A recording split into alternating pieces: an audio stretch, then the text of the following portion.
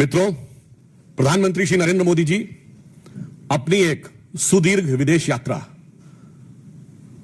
करने के उपरांत आज वापस आए हैं। इस लंबी विदेश यात्रा में भारत ने कई महत्वपूर्ण उपलब्धियां हासिल की हैं। नंबर 1, आतंकवाद के विषय पर एक वैश्विक स्वीकार्यता प्रधानमंत्री जी के द्वारा अंतरराष्ट्रीय मंच पर स्थापित हुई, जब ब्रिक्स शिखर सम्मेलन में आतंकवाद वाले विषय के ऊपर न सिर्फ सर्वसम्मति के साथ भारत के पक्ष का अनुमोदन हुआ, बल्कि प्रधानमंत्री जी ने बहुत स्पष्ट कहा कि आतंकवाद के पीड़ित और आतंकवाद के प्रायोजक को एक तराजू पर नहीं तौला जा सकता। दूसरा, भारत अब विश्व की चौथी बड़ी अर्थव्यवस्था हो गया है और शीघ्र ही तीसरी बड़ी अर्थव्यवस्था बनने जा रहा है। तो हमारे आर्थिक हित और सामरिक हित बहुत से महत्वपूर्ण मेटीरियल्स के ऊपर निर्भर है, जिनमें rare earth metals, uranium, lithium, gold और डायमंड जैसे क्रिटिकल मेटीरियल्स हैं। घाना और नामीबिया जैसे देश जो इस प्रकार के तत्वों की प्राकृतिक रूप से बड़ा संग्रह उनके पास है, उन देशों के साथ भारत का एग्रीमेंट होना न सिर्फ भारत को आत्मनिर्भर बनाता है, बल्कि क्रिटिकल रेयर अर्थ मटेरियल के लिए किसी एक देश पर अत्यधिक निर्भरता से मुक्ति भी दिलाता है। तो यह आर्थिक दृष्टि से भी भारत के लिए अत्यंत उपलब्धिपूर्ण यात्रा रही। तीसरा, भारतवंशी समुदाय यानी इंडियन डायस्पोरा आज पूरे विश्व में एक बहुत प्रभावी और सृजनात्मक भूमिका निभाने वाला समुदाय है। ट्रिनिडाद टोबैको और घाना जैसे देशों से जो भारतीय मूल के लोगों का संबंध घाना से लगभग शताब्दी पूर्व का है और ट्रिनिडाद एंड टोबैको से 180 साल पुराना संबंध है। आप सभी ने देखा कि ट्रिनिडाद की प्रधानमंत्री जो कमला विश्वेश्वर जी हैं, वो मूलतः बिहार के बक्सर की रहने वाली हैं। यानी एक प्रकार का कैसा सामाजिक और सांस्कृतिक संबंध भारत का इन देशों के साथ है, उसको एक नए आयाम तक पहुंचाना यह तीसरी बड़ी उपलब्धि है। So I want to say categorically, after this immensely successful tour of the countries, there are 3 main takeaways. Prime minister has unequivocally and categorically established the matter of terrorism at the BRICS, and he has said that the perpetrators of the terror and the victims of terror cannot be equated. So this was our diplomatic success, and it was very important for the strategical point of view. Then the countries like Ghana and Namibia, which are very rich in the minerals and the metals like uranium, copper, lithium and rare earth metals, India has entered into an agreement which is very much required for the future, and over dependence upon any one country as far as these critical minerals and critical metals are concerned. So it was very much required for our economical aspect. And the Indian diaspora, which is having a vibrant and sizable presence in the countries like Ghana and Trinidad and Tobago from 1 century to 2 centuries, from there it has taken to a new height. As you know that the Prime Minister of Trinidad and Tobago, Kamala Vishweshwarji, is from the Buxar area of Bihar, and this has taken India's emotional connect and cultural and social connect with those countries to a new dimension. So, strategically, economically and culturally, this visit of Prime Minister has set up a new era in India's role at the international level with cooperation of the African and southern countries. Previously with Argentina, even the previous visits with Mexico, our strategy of aligning and taking together the global south has reached to new heights. प्रधानमंत्री जी को इस यात्रा के दौरान 4 देशों ने अपना सर्वोच्च नागरिक सम्मान दिया, और इसके द्वारा अब तक प्रधानमंत्री श्री नरेंद्र मोदी को 27 देशों का सर्वोच्च नागरिक सम्मान प्राप्त हो चुका है और 17 देशों की पार्लियामेंट को वो एड्रेस कर चुके हैं। एक छोटा सा उदाहरण बताना चाहता हूं। अभी नामीबिया की पार्लियामेंट को एड्रेस करते हुए उन्होंने कहा कि Namibia is the biggest producer of diamond and India is the biggest processing unit of diamonds, तो उन्होंने कहा है कि भारत और नामीबिया के बीच में जो संबंध बना है यह उस निखरते हुए हीरे की तरह और चमकदार होगा।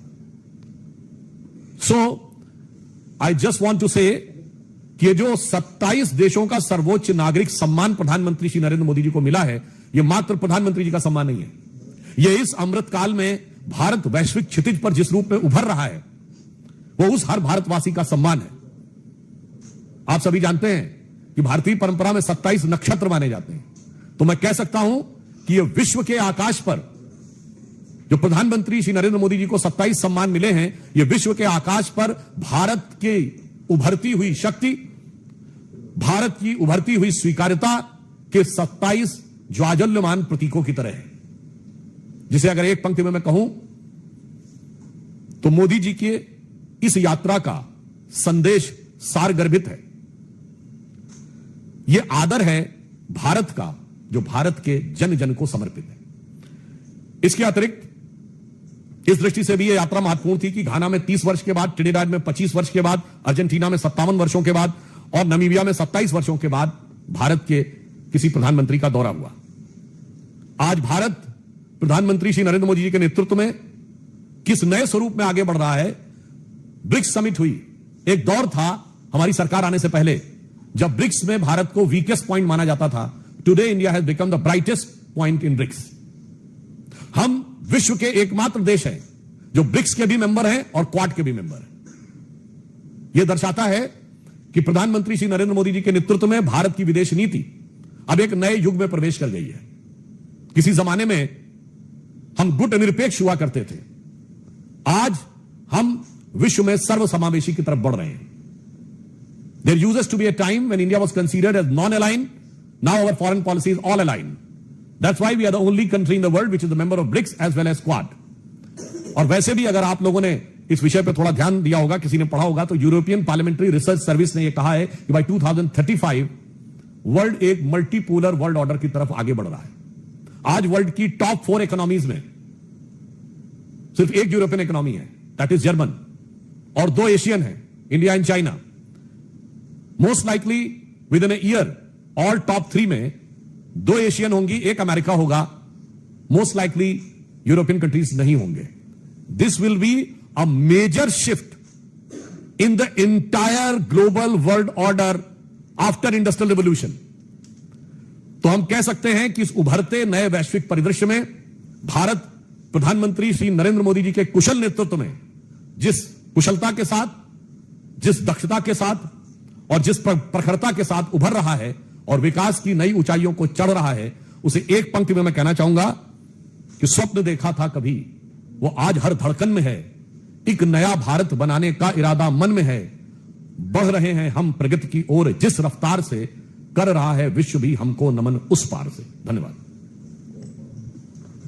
अगर आपका कोई सवाल है तो एक कर पूछिए। हाँ प्लीज। 5 देशों की ये सफल यात्रा रही है। देखा था कि जब भारत में G20 हुआ तो भारत की अगुवाई में ही जो ग्लोबल साउथ को थोड़ा सा मिली और शामिल किया गया, और अब हमने देखा कि 4 सर्वोच्च नागरिक सम्मान दिया गया जो भारत ने दिखाता है। तो ये क्या आपने सिर्फ की बात की कि अब हमारा जो फोकस है वो अफ्रीकी देशों पर भी, और हम एक अगुवाई कर रहे हैं ग्लोबल साउथ का। देखिए, हमारी सरकार आने के बाद विदेश नीति में फंडामेंटल चेंज आया। उससे पहले 3 ही चीजों में विदेश नीति रहती थी, डिप्लोमेटिक, इकोनॉमिक और मिलिट्री। हमने इसमें 2 डायमेंशन जोड़े, इंडियन डायस्पोरा एंड कल्चर। अब किसी विश्व के किसी एक क्षेत्र की तरफ संपूर्ण विदेश नीति को देखने की बजाय एक सर्वव्यापक और एक सर्वसमावेशी विदेश नीति का उदय मोदी जी के नेतृत्व में हुआ है। We are looking toward east also and we are having a very strong connect with the global south also. Sudhanshu ji ने जो कहा था, क्वाड के मेंबर भी है भारत ब्रिक्स का भी मेंबर है और Bharat permanent invited G7 nation में। यह खिताब सिर्फ हिंदुस्तान को ही है, बाकी कोई ऐसा दुनिया का देश नहीं जो कि तीनों का मेंबर हो। कोई दूसरा सवाल किसी का हो? Gaurav ji please. Sir, BRICS सफल रहा है, भारत का डंका बजा है, लेकिन ट्रंप बहुत नाराज बोल रहे हैं कि 10% एक्स्ट्रा टैरिफ लगाएंगे ब्रिक्स वाले देशों पे, तो भारत खरीद रहे हैं, इस पे क्या करेंगे? देखिए, वो उनके देश का अंदरूनी मामला है और जहां तक भारत के साथ ट्रेड डील है उस विषय पे वार्ता चल रहा है। परंतु एक बात बहुत स्पष्ट है कि भारत अपने वाणिज्यिक हित, यानी जो हमारे व्यापारिक हित हैं, अपने सामरिक हित जो हमारे मिलिट्री इंटरेस्ट हैं, और अपने कूटनीतिक हित यानी जो डिप्लोमेटिक इंटरेस्ट हैं, उनको सेफ गार्ड करने के लिए पूरी तरीके से कृत संकल्पित है। और ये 2016 के पेरिस से लेके बाली 2014 से लेके और हाल के ब्रिक्स तक यह स्पष्ट दिखाई पड़ा है। इसलिए भारत के जन जन को पूर्ण विश्वास है कि मोदी जी के नेतृत्व में भारत के सभी हित सभी परिस्थितियों में पूर्णतः सुरक्षित और सुदृढ़ है। So Mr. Shashi Tharoor has written, post on emergency and has criticized emergency a lot. There was also caution about the establishment of any kind, saying that everyone should remember what emergency was, and we should also remember that crowd should not be centralized. Now he has come under attack from his own colleague in Congress, Mr. Monica Tharoor, who says that if someone, if a leader, parrots BJP's line word to word, then it is not funny and it is not cute. It is military stupid words, but not like Congress. How do you react? देखिए, समस्या क्या है कि इससे यह स्पष्ट होता है, यदि कांग्रेस सांसद ऐसा बोलते हैं कि यदि उनके किसी वरिष्ठ नेता को 50 वर्ष के बाद भी इस बात का एहसास होता है, एक तो बहुत देर से हुआ, जिसे एक शेर में कहते हैं ना, आह को चाहिए एक उम्र असर होने तक, कौन जीता है तेरी जुल्फ के सर होने तक, तो 2 उम्र निकल गई। यानी अगर 25 साल की एक जनरेशन माने तो 2 जनरेशन निकल गई। अब इसके बाद भी यदि कांग्रेस पार्टी इसका विरोध करती है, इससे बहुत स्पष्ट है कि वो इमरजेंसी की मानसिकता को सही मानते हैं और आज भी पूरी निर्लज्जता के साथ उसका समर्थन करते हैं। और जिसका प्रमाण अभी आपने देखा है। इमरजेंसी क्यों लगी थी? क्योंकि इंदिरा गांधी जी का चुनाव रद्द कर दिया गया था। तो कांग्रेस ने कहा कि संवैधानिक संस्थाओं की मान्यता हमारी चुनावी हार जीत के आधार पर तय होगी।